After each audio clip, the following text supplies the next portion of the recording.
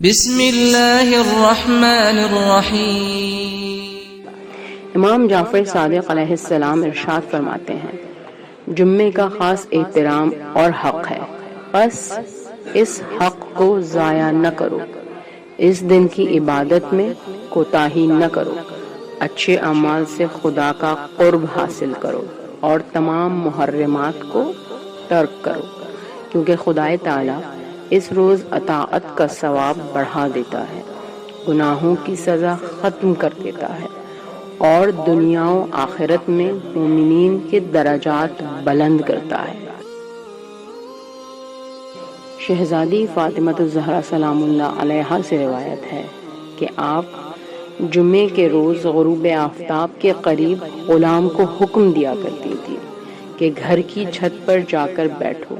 اور جب آدھا سورج ڈوب جائے